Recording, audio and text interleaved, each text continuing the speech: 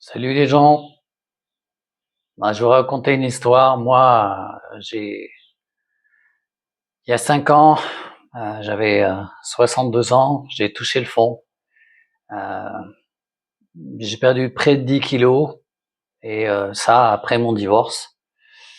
Euh, et j'étais vraiment pas en surpoids, mais j'ai perdu 10 kilos et je faisais 59 kilos pour 1,80 m. Donc c'était pas parce que j'étais bref, c'était pas beau à voir. Euh,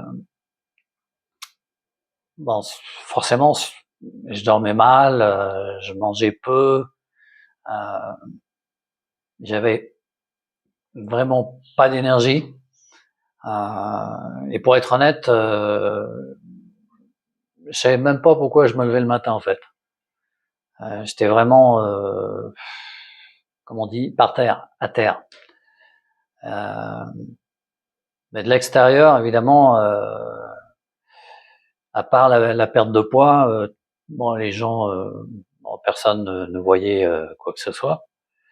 Euh, je continuais à travailler, je continuais à avancer tant bien que mal.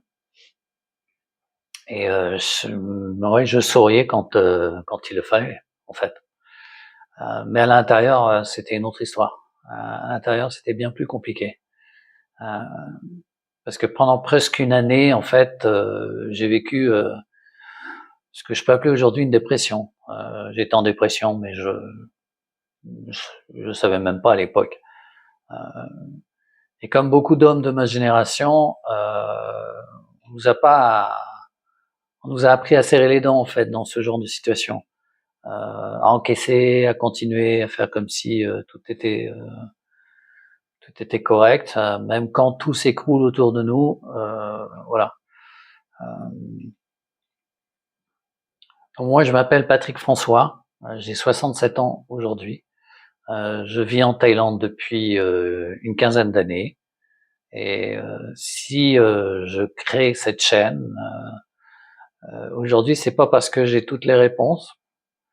J'en ai quand même quelques-unes, mais pas toutes.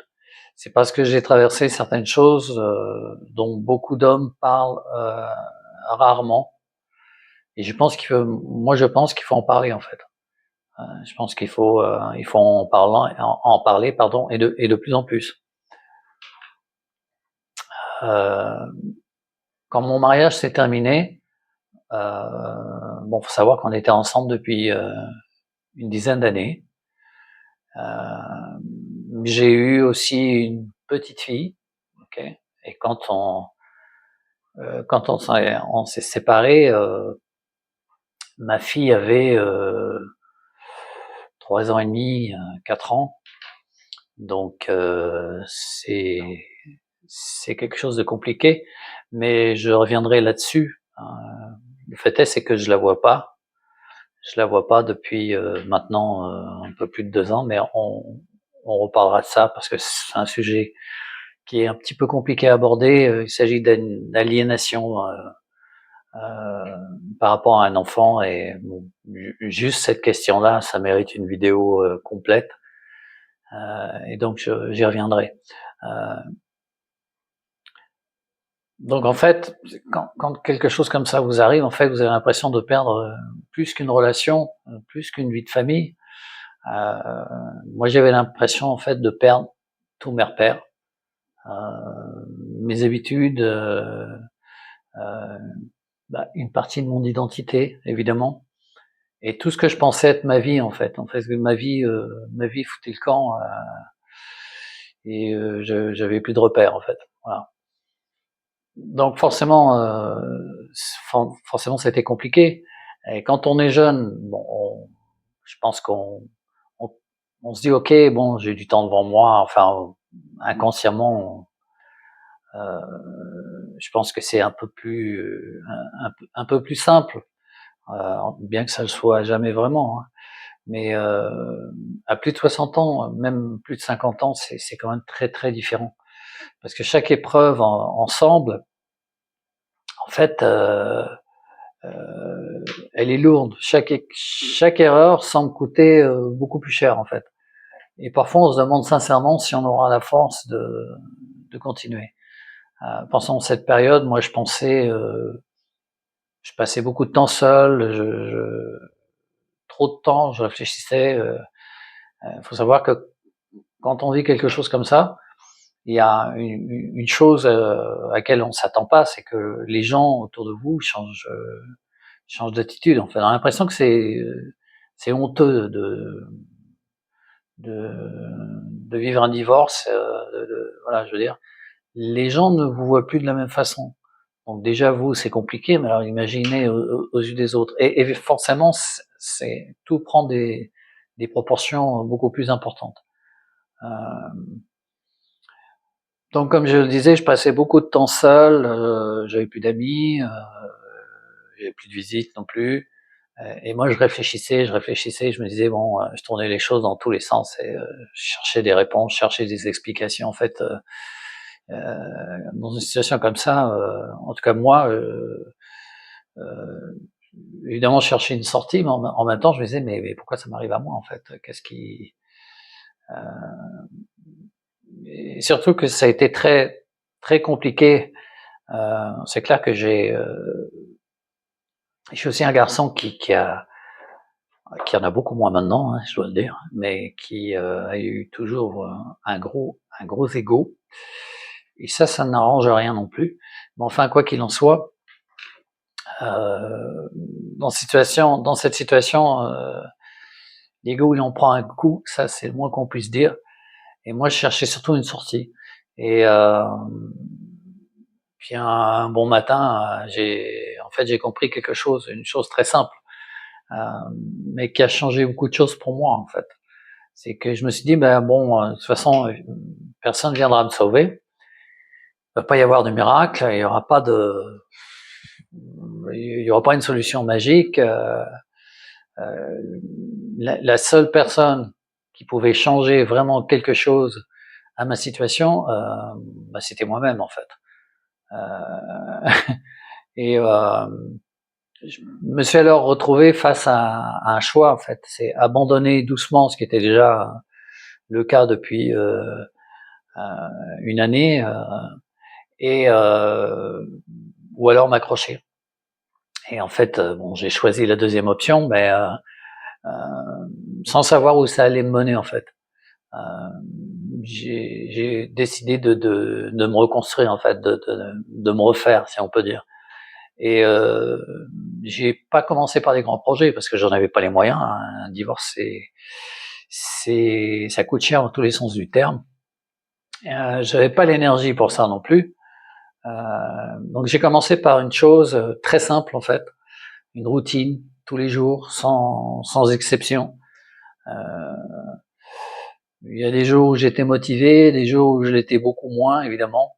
Et parce que la motivation, ça va, ça vient. Je veux dire, c'est pas quelque chose de très très stable.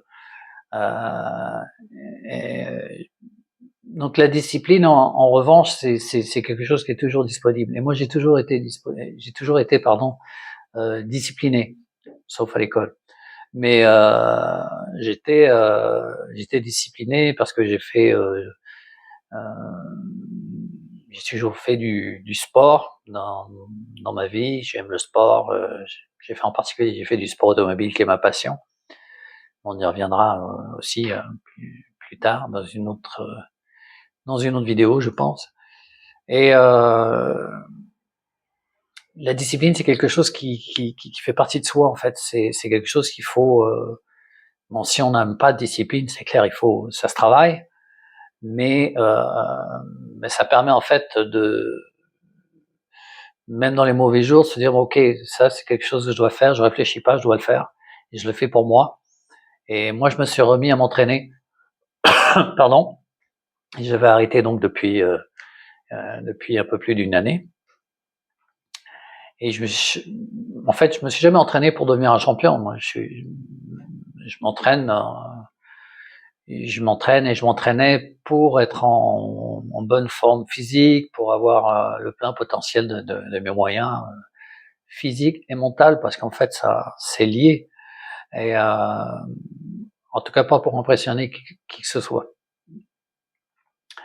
Mais simplement, j'avais besoin de reprendre le contrôle de ma vie, et ça, c'était quelque chose que je pouvais faire en fait. C'est quelque chose que, voilà, j'avais pas besoin de l'approbation de qui que ce soit, ou l'aide de qui que ce soit. Je pouvais le faire, hein. Et en fait, j'ai décidé de m'entraîner 1 heure par jour, tous les jours. Au début, les résultats étaient invisibles, hein, parce que j'avais vraiment, je partais de loin, et mais je faisais les efforts, même si je voyais rien changer, je continuais. Et en fait, même quand on ne voit pas le résultat de ses efforts, en fait, il faut continuer. En fait, il faut continuer. Et je pense que beaucoup de gens abandonnent à ce moment-là, parce qu'en fait, on se dit ah, à quoi bon, il se passe rien. Mais en fait, c'est justement à ce moment-là qu'il faut continuer, parce que ça, souvent, c'est à ce moment-là que les choses vont commencer à changer. Donc, les gens en règle générale, et moi aussi, hein, en fait, on veut avoir des résultats rapides. Mais bon, en tout cas, cette fois-ci, j'ai pas lâché, j'ai continué à m'entraîner, et les jours sont devenus des semaines, des mois, et petit à petit, j'ai repris du poids. Et évidemment, j'ai retrouvé de la force, j'ai retrouvé de l'énergie, je commençais à mieux dormir, à penser différemment, et à mieux vivre donc. Et mieux vivre avec la situation, parce que la situation, elle change pas pour autant. Mais moi, je vivais mieux cette situation. Et encore aujourd'hui. 5 ans plus tard, je continue, je suis toujours discipliné, je continue à m'entraîner. J'en ai besoin. Je continue à me fixer des objectifs, je continue à ajouter de nouveaux défis dans ma vie. Euh, parce que j'ai compris qu'en fait, rester immobile, c'était pas une option pour moi en fait. Et je pense que si j'avais continué comme ça, les choses se seraient mal passées pour moi, je crois. Donc, bon, la bonne nouvelle dans tout ça, c'est que bon, les 10 kilos, je les ai repris depuis, les 10 kilos que j'avais perdus, même un peu plus maintenant, puisque je suis à 71 kilos. Et ce qui est important surtout, c'est que j'ai retrouvé un physique que j'espérais même pas retrouver à mon âge en fait. Parce que j'étais descendu tellement bas que je me disais non, comment, comment tu vas faire quoi. Mais en fin de compte, ça fonctionne très très bien. Il suffit de, comme je le dis, de pas lâcher, de continuer à s'entraîner. En fait, ce que je vous dis là aujourd'hui, en fait, c'est un exemple. Moi, c'est l'entraînement physique, mais pour d'autres personnes, ça peut être autre chose. Mais il est un fait que le fait de s'entraîner physiquement, c'est très important pour le mental aussi. C'est très important pour la façon dont on se voit aussi. C'est que quand on vit une chose comme ça, on a du mal à. En fait, moi, je fuyais les miroirs, quoi. Euh, Comme je dis souvent, un miroir, ça réfléchit trop. Et moi, je voulais vraiment pas. Je m'attardais pas quoi dans la salle de bain, tu vois. Et tout ça pour dire que le fait de s'entraîner physiquement, ça amène un équilibre mental.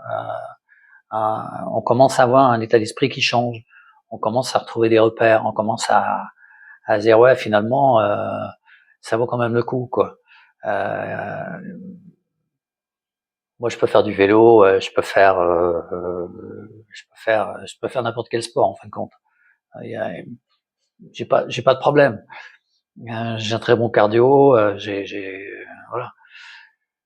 Mais en même temps, je fais très attention à ce que je mets dans mon assiette. C'est-à-dire que je fais très attention à ce que je mange. Mais ça fait aussi des années. Mais bon, quand on est dans une situation de dépression, on oublie tous ses repères, en fin de compte. Tout se casse la gueule, mais à une vitesse assez incroyable. Bon, maintenant c'est de retour. Ça a pris un peu de temps.